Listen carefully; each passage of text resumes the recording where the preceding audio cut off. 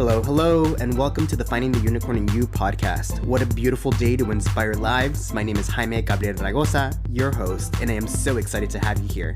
Let's get ready to meet some fantastic unicorns and learn how to unleash the inner unicorn in you. Let's get started. Hello, everyone. Welcome to another episode of Finding the Unicorn in You. Today, I have a very special guest. I actually met her, 4 or 5 months ago, almost 6 months ago. She has been working with me as a coach, and she's been coaching me for the past 6 months, and we've been working together and really helping us through our coaching journey. She is a certified life coach, and she also works in accounting. And not only that, but she made a very brave choice of moving from India to Canada, so she can talk a little bit about that as well. So without further ado, I have Mrs. Anjla. Hello, everybody. Oh, I'm excited too. Thank you for having me here. Of course. I know you have your own podcast. So why don't you tell us a little bit about your podcast and your background and what led you to be here?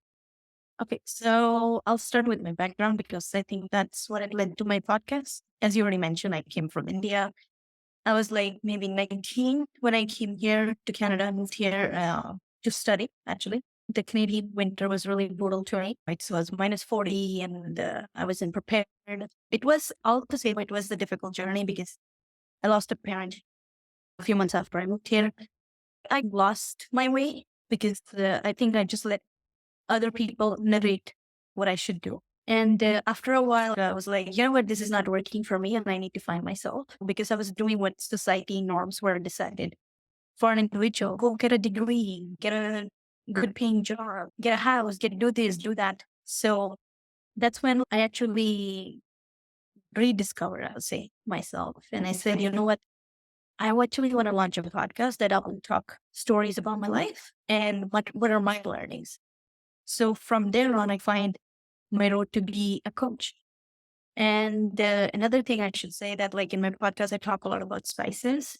Yeah. And that came from actually my own hometown because India is rich in spices. We have so many different kinds of spices. And I don't think so there was enough share was given to that. I don't think so I'm still doing justice. I don't think so I'm doing justice still. So that's it. I just wanted to talk about my home country and the things that India brought to the table. Okay. And I think your podcast is very unique in the sense that you bring in real life lessons and you mix it in very well. You spice it in very well with the food. And I know it's called the food apothecary. And at first, when you were telling me about it, and I was like, okay, so she's going to teach us how to cook and we're going to be talking about ingredients and culture. But I noticed that you really did like this most recent episode that you launched. It was talking about the habanero spices, and you added how the habanero, if you add too much of it, you can ruin the dish because you overspice it up. And you compared that with communication and how if you lack communication or if you add too much, it has to be the right seasoning in order for you to be great with a relationship or with a partnership or with anybody that you're trying to create communication with. And I love how you blended both of those together. And you do that consistently throughout your shows. And when you talk about different spices and how you incorporate real life themes to it. So what inspired you to really do that? Because I've never seen that before. First of all, thank you for listening to my episode and actually being able to identify the connection. Mm-hmm. I think what inspired me to do that, I actually kicked around the idea for a year. For a while, I just wanted to talk about how to convert negative to positive thinking. Then after that, I was like, I actually started the Food Apothecary. Originally, it was a cooking channel. It had so many recipes on the Instagram and everything. But the thing is, due to my job, I didn't have the time to cook a different, let's say Instagrammable, how do you call it? Instagrammable dish every day. It's not every food you can make it like presented well and everything. After some time, it's just happened because I saw my mom and my grandmother cooking like 20 something years I was in India. And there was always some sort of life lesson actually attached to it. What am I saying that? Because India doesn't, or let's say didn't believe for so long in Western medications. So we used our house remedies. And I still do that. Like sometimes when the medication from like a doctor or like a pharmacy doesn't work, I do home remedies and they work. So it actually came from that because there was a little story attached behind everything. When turmeric, you don't only put it in the food while you're cooking, you give it to somebody has fallen, say, from the ladder or from their scooter, whatsoever. So it heals your inner journey.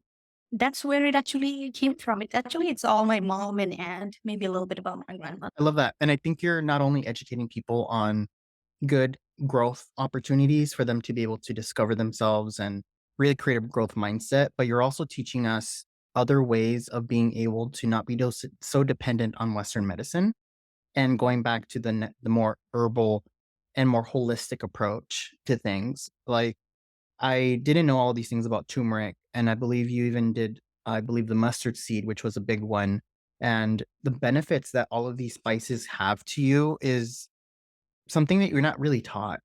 And you just eat foods just because it tastes good, but you don't know the nutritional value that it brings to you, the healing value that it brings to you. Like the other day, I was watching a TikTok on dandelions and how you can actually use every single piece of the dandelion, from the dandelion root to the leaves to the stem to the flower, and each one has different nutritional and health benefits for you. And, like, I was like, "Wow." So things like that what you're doing, you're really bringing out a lot of education that we truly need, because if big pharma or all of the big Western medicine companies decide to shut down one day, Yeah, we need to find healthier ways of nurturing our body so that we can continue to grow and prosper without being dependent on just buying pills to solve everything. that is true. Like another one I'll give you, like at one point I was really sick last year and my ears were hurting crazily. And I called my mom, so she told me do two things. This is like another little secret. I will give it to you. So she said, first of all, get ginger, peel it, Okay. crush Mhm. it, but don't throw away the water of it that's coming out. Use that water and boil it, let's say, in 3 cups of water, but only keep 1.5 cup. Don't boil it on full speed, just like an below. So it will take some time. But yeah, you drink that and it will help you because it, like, how do you call it? Phlegm clog your ears in the cold winter. So that happened to me, and then that helped, obviously. Another thing she told me, so this is going to sound super weird. Take a clove of garlic, peel it, burn some mustard oil, like not burn, make it warm, not in microwave, still on the stove. Okay. And put that garlic clove in it and let it cook on a really, really low heat. And then after that, put that oil in your ear. After that, you close it with cotton or whatever you prefer. So that helps. I actually tried both and both worked because medications were not working for me at that time. How do I tell you? It's all actually given to me by my mother. And now it could come from my grandma. It could come from like my aunt, but I honestly hear firsthand from my mother. Okay. And I know garlic has a, like, antibacterial, like, component, like, an antibiotic component to it, and so I completely believe you. Like, whenever I'm sick, I started boiling garlic to make garlic tea. At a very low heat, I let it boil for 15, 20 minutes, and I add onions because it also has, like, antibiotic and other nutrients in there with orange peels. I Yes. put some dandelions in there and some ginger and turmeric, boil it all up, add a little bit of apple cider vinegar, and I drink it as a tea with honey, and I feel amazing the next day. It tastes like not the best, but you feel amazing. So I think it's really important that you get these lessons and continue sharing them for the new generation so that these medicines don't just get lost. I think I heard that if you put slivers of onion into a jar of honey and let it sit there for a week, it becomes into a cough syrup. Yes. Yes. But there is another one. I don't know exactly what is the name in English, but it's a plant. It's called Pathajak in Punjabi. It's like aloe vera plant, close to Okay. that.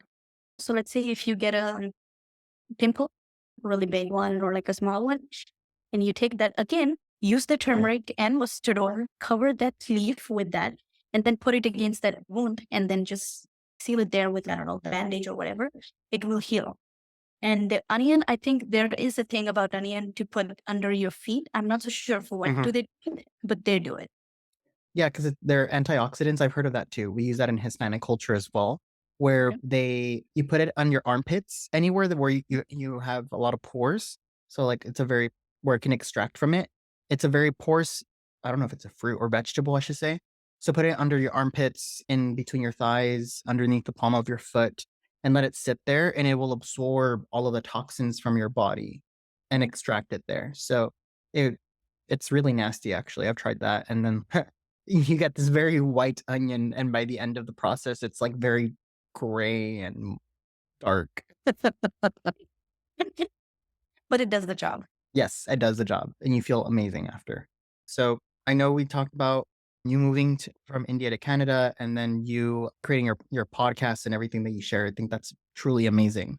So one of the questions that I like to ask in this season is every person goes through various different transitions in their life that can be very challenging. However, it kickstarts the unicorn journey to be the person that they are today.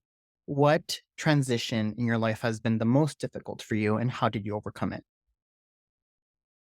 Ooh, that's a heavy one. I wish I had. Which one would be the first? I think for me, the obviously losing a parent and being away from your family is difficult for sure. But I think for me, the most difficult was not seeking validation from others anymore, you know, and that happened post COVID, I would say. Because when COVID hit, I just joined a new job and I used to work sometimes 18 hours a day in that job. And I was working really, really hard. And honestly, I was waiting for promotion. And that promotion did not come through. You can say I was a little heartbroken for sure. But then things were like changing really fast in the company I was in. I decided to look for another job, which will actually value me. But within that transition of like old job to new job, in 3 months, I realized that this is not the career for me. This is not the people for me.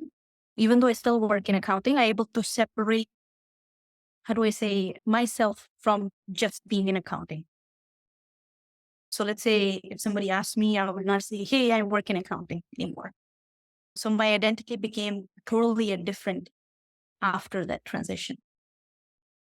So I think that was the most difficult part for me to give up on American dream. That's what they call it. Mhm. Get a house, get a car, have a good family, like get 2 kids and 1 dog. So that was a transition where I had to accept that, hey, you know what? If I don't get it, it's okay. It's okay. That's fine. It's not that I'm not deserving of it. Maybe it doesn't have to happen now. Maybe there's not a house, but maybe a mansion waiting for me. Mhm. So just keep working hard and work on something that I actually like. Yeah. Yeah, coaching didn't come to me right away as well. Like just to tell me, a podcast came first, and then the coaching came. Okay. And there's two things that you said that really stood out to me. The first one was stop seeking validation from others. I think that's a very important tool to have, because if we are consistently doing things in order for us to please other people, then we're not living the life we want. We're living the life that they want for us. So we're not truly going to be happy because we're losing ourselves in the wants and needs of others. And I think it's really hard for us, especially when we're people pleasers. We want everybody to be happy around us, but then you're sacrificing your own happiness, your internal you, and we lose our sense of self if those people are not there. And unfortunately, we do need to separate, because you don't want to have that accidental crisis. Hopefully, like this, like, knocking on wood, something happens to that person and they're no longer there. Then you're going to be like, who am I? Yes. I don't have them in my life. So who am I? What do I do now? You want to get that now so that you have that sense of independency as well. Yes, that's right. And then the second thing you said that was very powerful was let go of all the perceptions of things that you want to do, and just go for the main dream. Excuse me. Go for the main dream, but also be flexible and adaptable, because just because one door opens doesn't another one just because one door closes doesn't mean that that's the only door that you can go through. There's other windows, other doors that you can potentially go through. Just be open to those possibilities because it can give you a better result than you could ever imagine. Yes, exactly. But let's say if I would have just keep doing jobs in a company and then expect to get promoted, I don't think so I'll ever be happy. Mhm. So I kind of like let go some of the expectations to me. And I was like, okay, whatever. Just do your job. And if this is the career I'm meant to stay in, it will work out. If not, something else will pop. That's true. So let's say that you have a time machine. You're able to go back in time Okay. to a younger version of yourself. It can be any time. What age would you go back to yourself and what would you tell yourself as a piece of advice that would help you kick that transformation, that unicorn transformation a little bit earlier? Most probably I'll go back like somewhere in 2018 when I just graduated. I would just tell that younger self that, you know what, don't rely on people. And maybe it would come out harsh at that point because I think at that time, like I was a C category people. So at that time, I was like, maybe I need so many people around me and blah, blah, blah. I need that group thing. And I would just tell myself, like, hey, you know what? By the end of the day, and this is a tough lesson, actually, I learned again and again and again, and until recently, too, I'm alone. Mhm. Okay. And it's not a negative thing to be alone. I am alone and I'm making it for myself. And no matter what it takes, I'm gonna do it. So more like believing in myself for sure, but giving a like a fact check or like reality check. Hey, you know what? By the end of the day, these people that you graduated with, you're probably not even gonna see them in your life. Yeah, And don't see that, oh yeah, just because you might getting a job would be a ladder to a better world or a better life. No, it's so keep looking for another thing that actually fulfill me. I like that. And I know you went into life coaching as to switch it up and go into a different path that you feel passionate about. What's one thing that excites you about life coaching? So there are a few things that excite me, but the most one is actually being able to listen to people and trying to help them believe that they're not alone in this. You know, I like that. they got it. Yeah, they got it. Don't worry. It has happened to other people before. You have come through and you will too. I like that.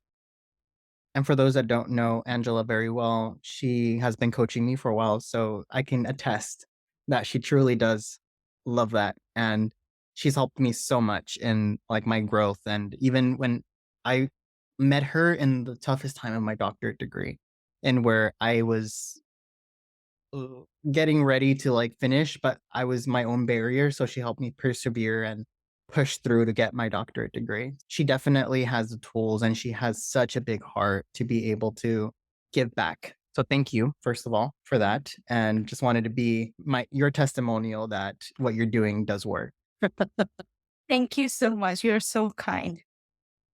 Of course, I just talked about a challenge of mine. What has been a significant challenge or obstacle that you have faced that and how did you tackle it to overcome it? Like in coaching or in life in general. I'll let you pick. Oh, wow. Okay. I will say life in general. Another one could be like, yeah. So there are two actually I'll share because I think second one will be helpful to people too. First one was actually distancing from myself from the people.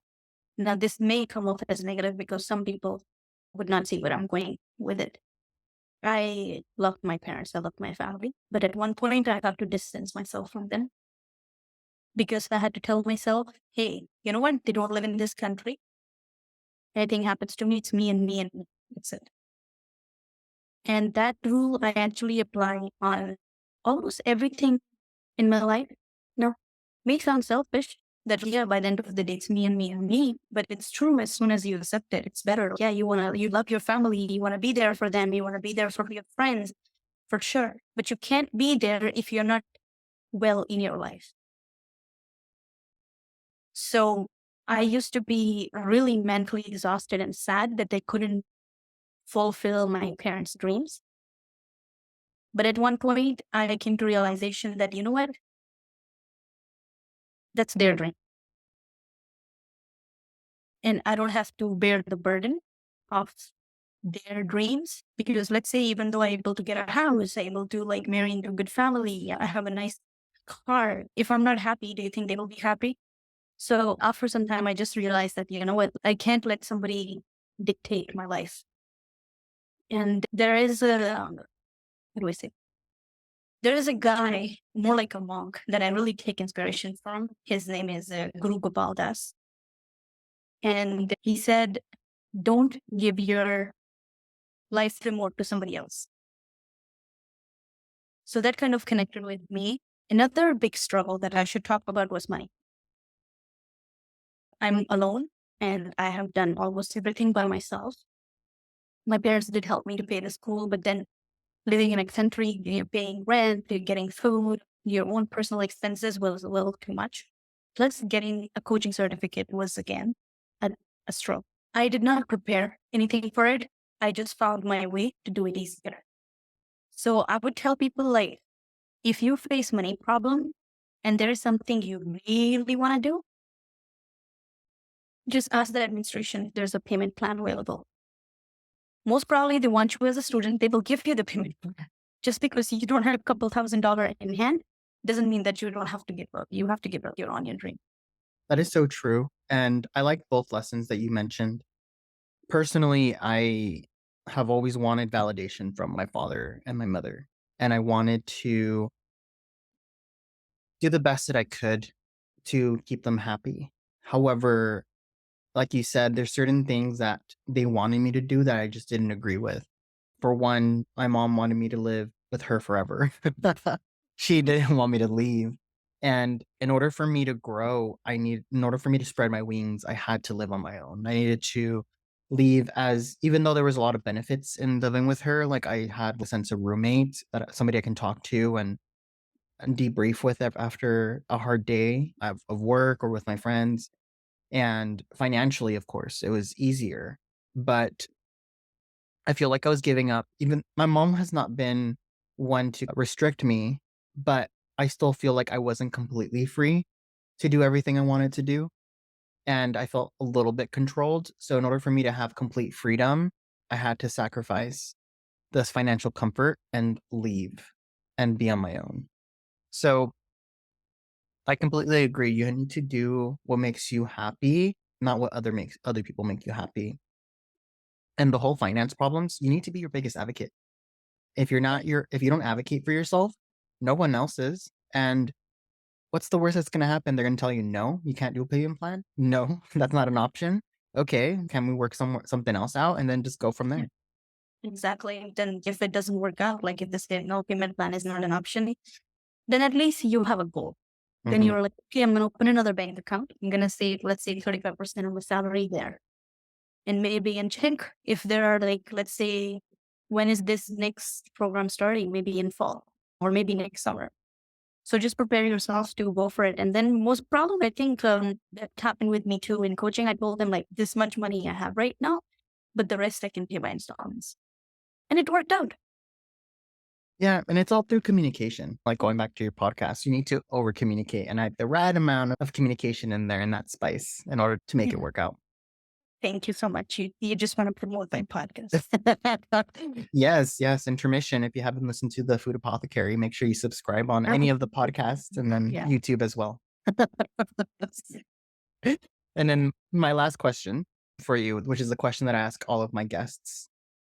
In your opinion, what is one key factor that a person needs to work on in order to convert them from an ordinary person into the unicorn that they can be? That's a tough one. I think believing in yourself and actually not only believing in yourself, but protecting your dream. Keep it like a little baby that you don't want to tell anybody about it.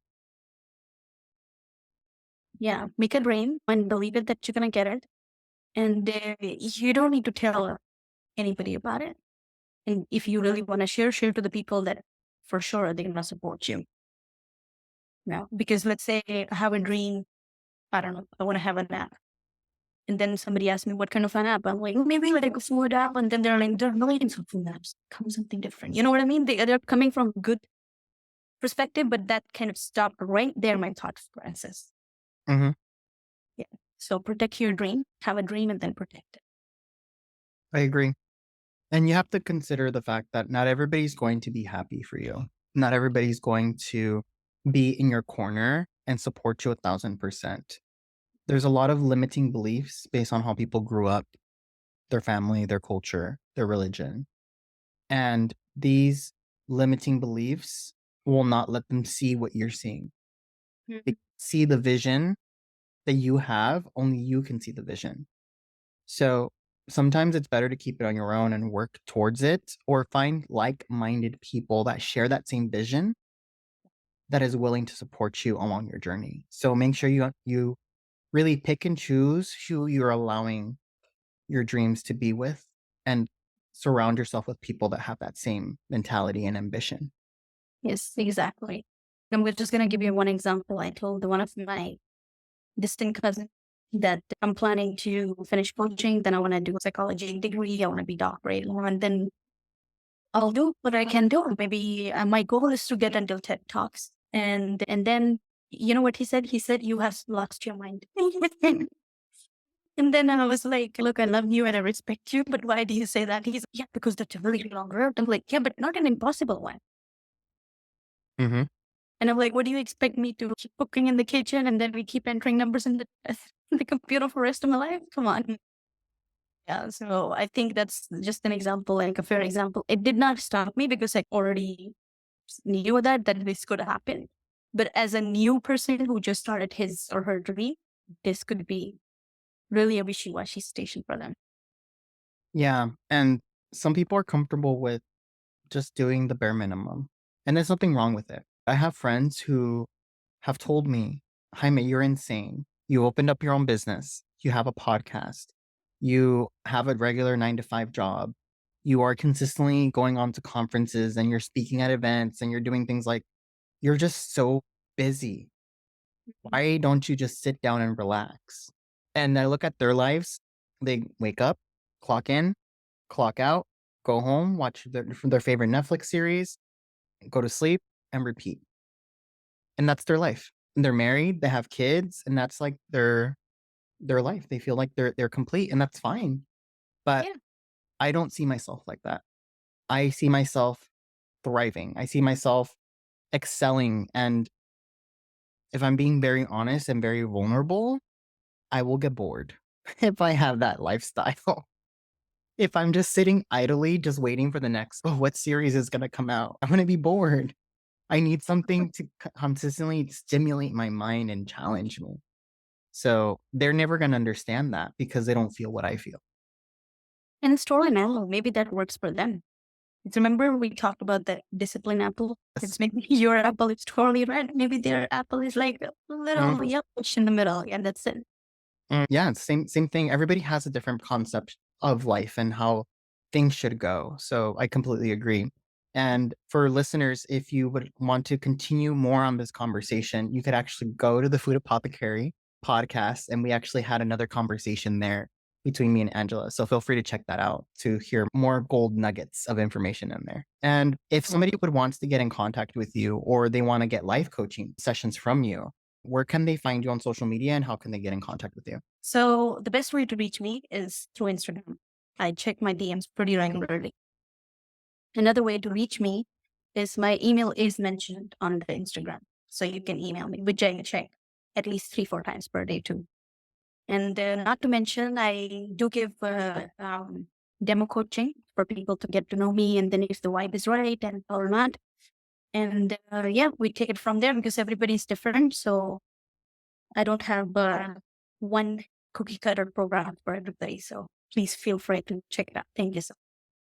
Awesome. And I'll make sure to put all the links in the show notes so people can just easily click it and go straight through. And then for listeners, just as a reminder, all podcasts come out at 7 a.m. So feel free to check it out. If you haven't done so, subscribe to my channel and make sure to leave us a 5-star review as well. If you want to actually read this podcast and do a review, you can go onto my website, raygoza-consulting.com, click the Unicorn Wall of Fame and you'll see Anjla on the little frame there, and along with all my other wonderful unicorn guests in there. So feel free to you'll find the links there and a summation of the interview.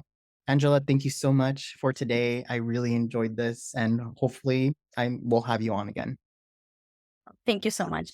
I really appreciate being here, and thank you for inviting me. And thank you for putting me on a unicorn wall of fame. Okay, thank you so much. Of course, until next time. Bye. Thanks again for listening to Finding the Unicorn in You.